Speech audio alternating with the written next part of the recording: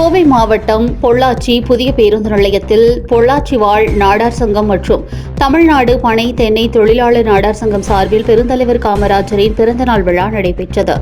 நிகழ்ச்சியில் காமராஜரின் புகைப்படத்திற்கு போக்குவரத்து ஆய்வாளர் சஜினி மலர்தூவி மரியாதை செலுத்தினார். தொடர்ந்து சாலை பாதுகாப்பு விழிப்புணர்வை வலியுறுத்தும் வகையில் பொதுமக்களுக்கு இலவச ஹெல்மெட்களும் முதியோருக்கு சேலைகளும் வழங்கப்பட்டன. மேலும் காமராஜரின் கல்வி மற்றும் மக்கள் நல பணிகள் குறித்து பொதுமக்களுக்கு எடுத்துரைக்கப்பட்டது. இதில் சங்க நிர்வாகிகள் மற்றும் உறுப்பினர்கள் திரளாக கலந்து கொண்டனர். கோவை மாவட்ட காவல் கண்காணிப்பாளர் பவன்குமார் ரெட்டி உத்தரவின் பேரில் ஹெல்மெட் மற்றும் சீட் பெல்ட் அணிவதன் அவசியம் குறித்து மாவட்டம் முழுவதும் விழிப்புணர்வு நடவடிக்கைகள் மேற்கொள்ளப்பட்டு வருகின்றன. இதன் ஒரு பகுதியாக பொள்ளாச்சி காந்தி சிலை பகுதியில் போக்குவரத்து காவல் ஆய்வாளர் சஜினி ஹெல்மெட் அணியாமல் வந்த இருசக்கர வாகன ஓட்டிகளுக்கு பாதுகாப்பு விழிப்புணர்வை ஏற்படுத்தினார். அப்போது ஹெல்மெட் மற்றும் சீட் பெல்ட் கட்டாயம் அணிய வேண்டும், போக்குவரத்து விதிகளை கடைபிடிக்க வேண்டும், செல்போன் பேச வேண்டியிருந்தால் வாகனத்தை ஓரமாக நிறுத்தி பேச வேண்டும் என்றும் அறிவுறுத்தினார். மேலும் விதி மீறுபவர்களுக்கு நீதிமன்ற உத்தரவுப்படி அபராதம் மற்றும் வாகனம் பறிமுதல் நடவடிக்கைகள் மேற்கொள்ளப்படும் என்றும் எச்சரித்தார்.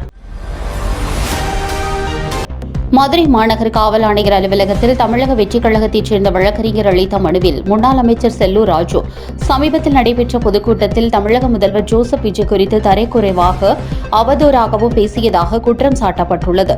அதற்கான வீடியோ ஆதாரத்தை பென்டிரைவில் இணைத்து வழங்கியுள்ளதாகவும் செல்லூர் ராஜு மீது உடனடியாக வழக்கு பதிவு செய்து கைது நடவடிக்கை எடுக்க வேண்டும் என்று மனுவில் வலியுறுத்தப்பட்டுள்ளது.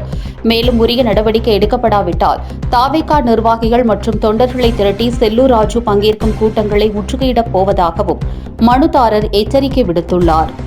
அவர் திமுகவும் அதிமுகவும் சொல்லி கட்சியை குறிப்பிட்டு தான் சொல்றாரு. ஒரு தனிப்பட்ட முறையில் தனிமனித தாக்குதல் ஈடுபடாதீங்கன்னு நாங்க சொல்றோம். அவர் கட்சி ரெண்டு கட்சி சேர்ந்து கூட்டுக்கலாடித்தனம் பண்றாங்கன்னு சொல்றாங்களே தவிர இவர் தான் குறிப்பிட்டு சொல்லல. இவர் ஏன் முதலமைச்சர் பதவியில் இருக்கணும் குறிப்பிட்டு சொல்லணும்னு அவசியம் இல்லை. தனிமனித தாக்குதல் ஈடுபடக்கூடாது. அரசு மேல விமர்சனம் வைங்க, அதை முதலமைச்சர் அவர்கள் கண்டிப்பா கன்சிடர் பண்ணுவார். பட் மற்றபடி அவர் மேல தனிப்பட்ட தாக்குதல், இது எலெக்ஷனுக்கு முன்னாடியும் அதான் பண்ணாங்க. முழு நேரமும் தனிமனித தாக்குதல் தான் ஈடுபடுறாங்க. அதை செய்யவே கூடாது. மதுரை விளக்குத்தூண் பகுதியில் உள்ள பெருந்தலைவர் காமராஜரின் திருவுருவ சிலைக்கு அதிமுக முன்னணி தலைவர் மற்றும் முன்னாள் அமைச்சர் செல்லூர் கே ராஜு தலைமையில் மாலை அணிவித்து மலர் தூவி மரியாதை செலுத்தப்பட்டது. இந்நிகழ்ச்சியில் அதிமுக நிர்வாகிகள், முன்னாள் மக்கள் பிரதிநிதிகள், கட்சி தொண்டர்கள் மற்றும் பொதுமக்கள் திரளாக பங்கேற்றனர். பின்னர் செய்தியாளர்களிடம் பேசிய செல்லூர் ராஜு, காமராஜர் சிலை அதிமுக ஆட்சி காலத்தில் பராமரிக்கப்பட்டதாகவும் மதுரையில் 10 தூண் மண்டபம், திருமலை நாயக்கர் மகால் மற்றும் 4 மாசி வீதிகள் ஸ்மார்ட் சிட்டி திட்டத்தின் கீழ் மேம்படுத்தப்பட்டதாகவும் தெரிவித்தார். மேலும் எம்ஜிஆர், ஜெயலலிதா மற்றும் எடப்பாடி பழனிசாமி தலைமையிலான அதிமுக தொடர்ந்து காமராஜருக்கு மரியாதை செலுத்தி வருவதாகவும் அவர் கூறினார். ஒரு 10 ஆண்டு 12 ஆண்டுகளுக்கு பின்னோக்கி பார்த்தோம்னா இந்த சிலை இருப்பதே துர்நாற்றம் இந்த பகுதியில் சிறுநீர் கழிக்கிறது, இங்கே அருகாமையிலேயே கழிப்பிடம் இருந்தது, அது ஒழுங்காக பராமரிப்பு இல்லை. அதனால நாங்கள் தான் இதெல்லாம் செஞ்சு முறையாக நான் அன்னைக்கு அமைச்சராக இருந்ததுனால இந்த 10 தூண் மண்டபம், இங்கே இருக்கிற திருமல நாயக்கர், இந்த 4 மாசி வீதம், அண்ணா திராவிட முன்னேற்ற கழகம் ஸ்மார்ட் சிட்டி திட்டத்தின் அடிப்படையில் இதை கொண்டு வந்து செயல்படுத்தணும். அதில் பெருமை கொள்கிறோம். புரட்சித் தலைவர் அம்மா தான் நானும் கலந்து கொள்கின்ற பெருந்தலைவர் பிறந்த விருதுநகர் மாவட்டத்தில் மணிமண்டபம் திறப்பு விழாவும் அவருடைய சிலை திறப்பு விழாவிலும் கலந்து கொண்டு பெருமைப்படுத்தியது. திருப்பூர் மாவட்டம் உடுமலை அருகே பள்ளப்பாளையத்தில் அமைந்துள்ள திருப்பதி வெங்கடேச பெருமாள் கோவிலில் 8வது ஆண்டு உற்சவ விழா பக்தி பரவசத்துடன் நடைபெற்றது.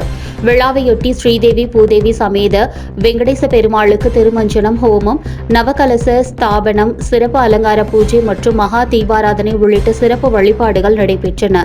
தொடர்ந்து ஸ்ரீதேவி பூதேவி சமேத உற்சவர் வீதி உலா வந்து பக்தர்களுக்கு அருள் பாலித்தார்.